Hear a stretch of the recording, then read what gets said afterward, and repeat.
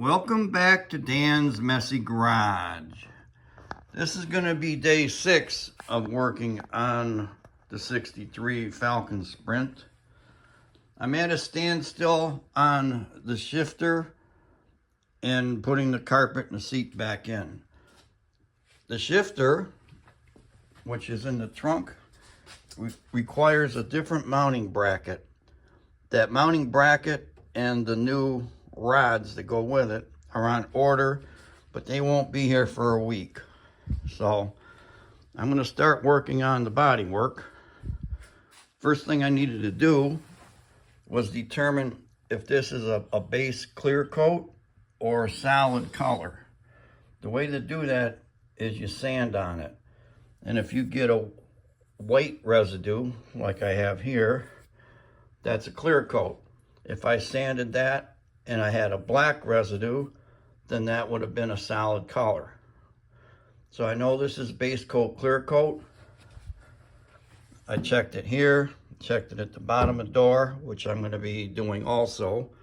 Both doors, both sides of the car, here down. And I'm going to be fixing a bad spot up here in the door.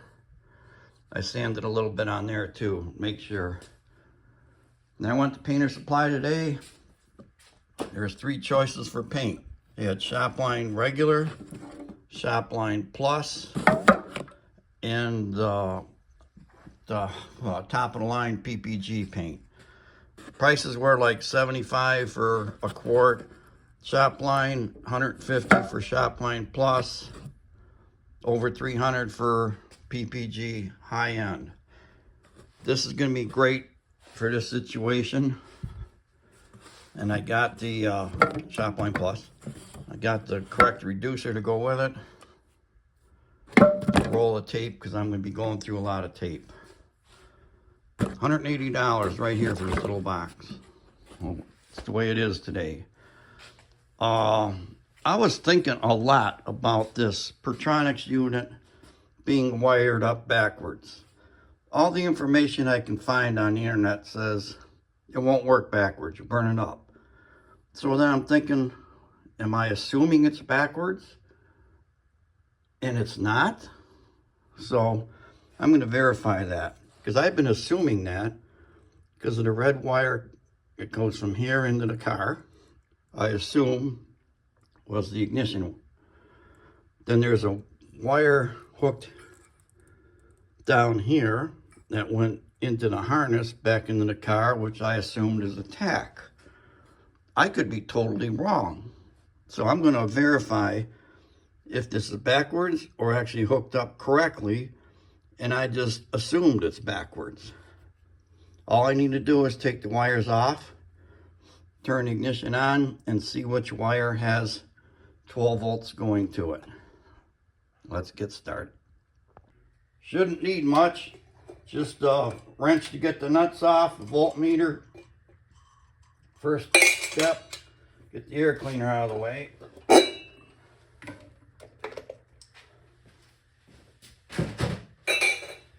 Then there's 2 wires on the coil. You guys can't really see them from where you are. That's a little better. I'm going to take them off. You know what? I'm going to do them one at a time. Take this top one off. Because this is the one that I assume has 12 volts with the keys turned on. I could be wrong just by assuming that the red is power. All right. Put that on voltage. Prop that up. Can you see that? No. Okay. How about here? Kind of. There. All right. So I'm going to hook to a ground right to the battery. And then I'm going to hook it to the red wire. Don't worry about that reading right now, because it's not, there's nothing running through the circuit. I'm going to turn the ignition switch on and see if that goes to 12 volts. On. No. Those are millivolts. Aha, aha, aha. Turn that off. I think I was assuming it was hooked up wrong, and I was the one wrong. I'm going to find that out real quick here. I'm going to take the wire off the coil that I thought was tack.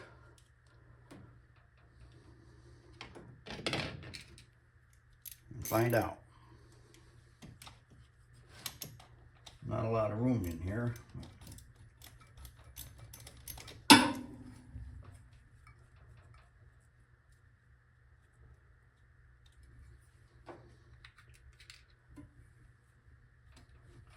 Come on.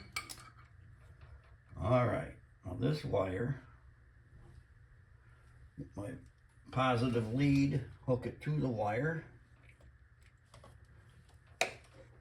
It's still going to the negative on the battery. Make sure it's not touching anything under here. Okay, we're good.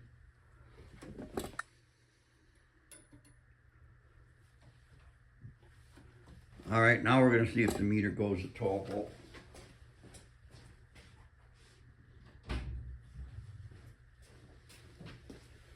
Bang, holy crap. It was right to begin with. I was wrong. I'm not too afraid to admit when I'm wrong. And I was dead wrong in this case. I made an assumption on the colors of wires. And I should have done this test all along. I didn't. So, the Pertronix unit is hooked up correctly. However, the coil was hooked up backwards. The coil will work either way, but this new coil is hooked up the correct way. Pertronix is hooked up correct way. So I'm gonna put those wires back on and then start the body work. I got the wires back on. I'm gonna do a cold start. 2 little pumps, hit the key.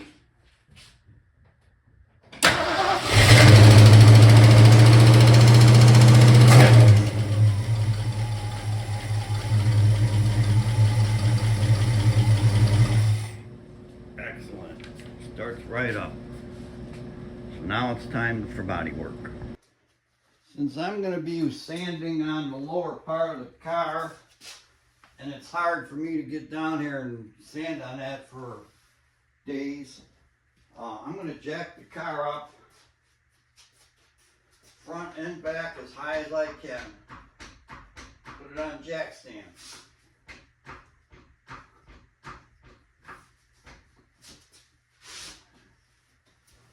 That's going to take some time, so I'll just time lapse you.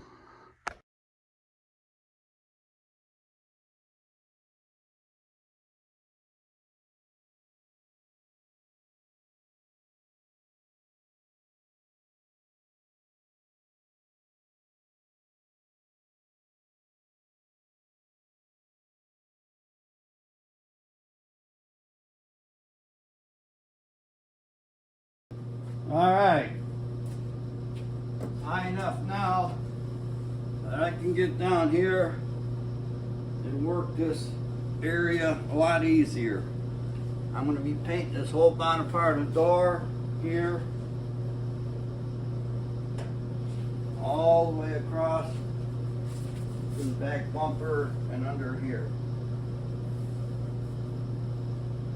Looks like I should take the back bumper off to make this easier.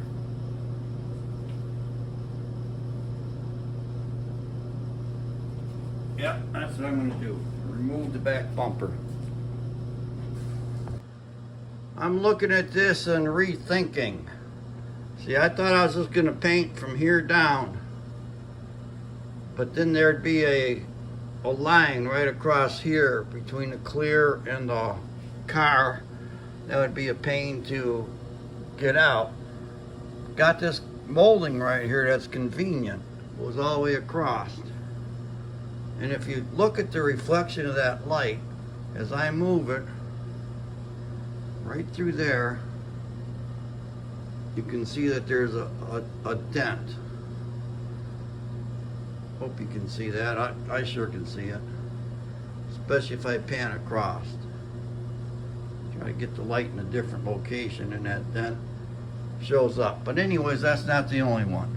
There's some other imperfections in the paint and dentage from here down. So I'm going to be painting from that molding down on at least the driver's side of the car. I haven't looked at the passenger side yet, but the bumper's still got to come off. I think it's going to be a good thing that I'm going to paint from here down, because there are a lot of little waves and dents and things in the car. You get back to the taillight area, and there's like a good size gap. I'm not going to stick my finger in there. So I'm going to be fixing that also. Because when I clear it, you can't just blend clear. You got to take clear all the way to the edge. So there will have to be a tiny little blend here that you won't see. But I'll be able to clear up to here, which means the taillight's got to come out too. And then I can clear up to that seam right there. So, you know, these projects, you got to pick a start and an end point. And sometimes that's a lot easier said than done. Because, you know, after you, let's say I did paint that, customer could say, well, you know, why didn't you take care of this while you're at it? Or that dent, or those waves up there, you know what I'm saying? So in the beginning, I was just going to paint here down and back, but he since added the bottoms of the door and this. Let's just for fun walk to the other side of the car and see what it needs here.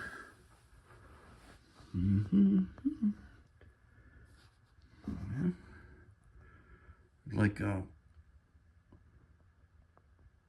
sag in the original paint there, or not original, existing paint. There you can see it, like a sag in there. It does have the bubbles down there, and this door here, let me get this out of the way. Sorry. The bottom of this door, of course, it's not showing up on this angle, but the lower edge here has got waves in it. I'm trying to pick it up on camera, and it's there. You can kind of see it in this area. Anyways, this side looks like I can do this line down, but then I'm going to run into the same issue I was just saying, where you clear up to here, you're going to have a little ledge that it's difficult to sand out. I've done it before. I'm not sure about this side. That remains to be seen, and I'll probably have to talk to the owner and see what his thoughts are. If he wants to pay for this, or just have me do like we talked from this line down. But I've yacked enough. I gotta grab some sandpaper and start sanding. But first, before you sand, you should always clean, clean, clean. Wax, grease remover, soap, water, window cleaner, get everything. Window cleaner works good on paint, by the way, especially spray way glass cleaner. The stuff. A lot of people use this in the auto body industry.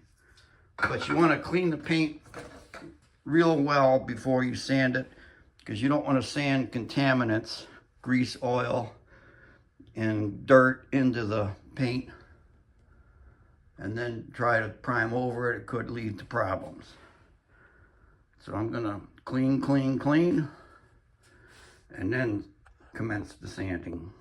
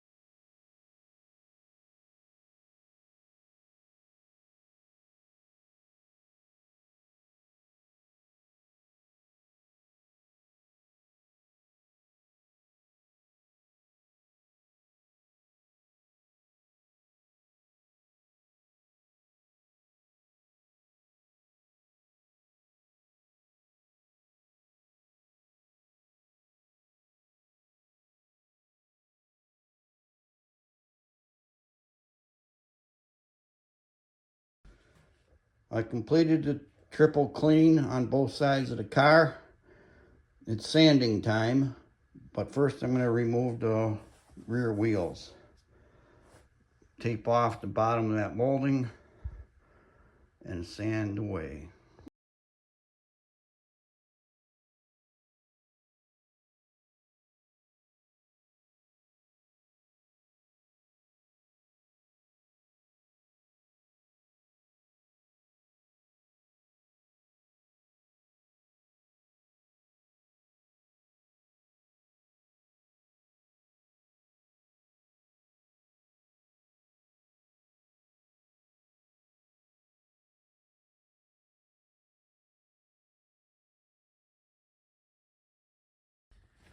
That little tidbit of sanding that you saw is what I'm going to be doing for many hours. Hours and hours over a few days. I don't even know how many yet. I am discovering some little tidbits of previous door ding repairs. There.